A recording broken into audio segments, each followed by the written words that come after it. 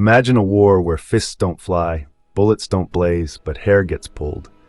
A war so bizarre, it's etched into the annals of history, the hair-pulling war of 1944. This odd conflict, with its roots in the mid-20th century, has left many scratching their heads.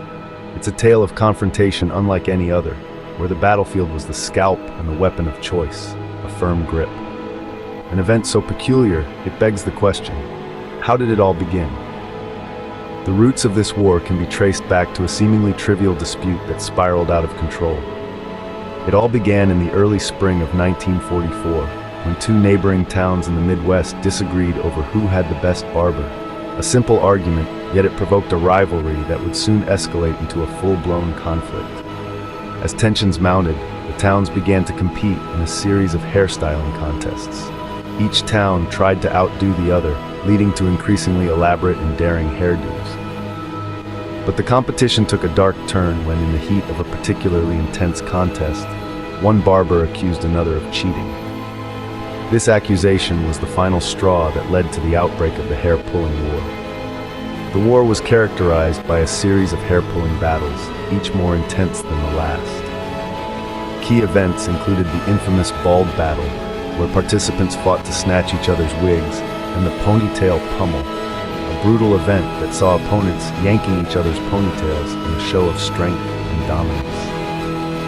Despite the absurdity of the situation, the war was far from a laughing matter. The battles were brutal, the rivalries intense, and the consequences severe. Even today, the hair-pulling war of 1944 is remembered not just for its peculiarity, but for the way it highlighted the human capacity for conflict over the most trivial of matters. And so a small disagreement, like a spark, ignited a war that would be remembered for its peculiarity. Even the most bizarre wars have their consequences and leave behind a lasting legacy. The hair-pulling war of 1944 was no exception. In its wake, it left a society grappling with the absurdity of conflict and the lengths to which humans will go to assert dominance.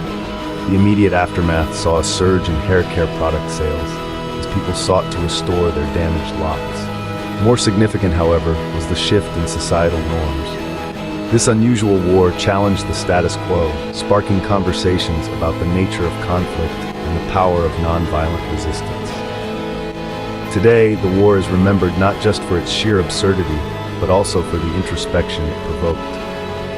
Schools teach it as a case study in social psychology, exploring the collective madness that can grip societies.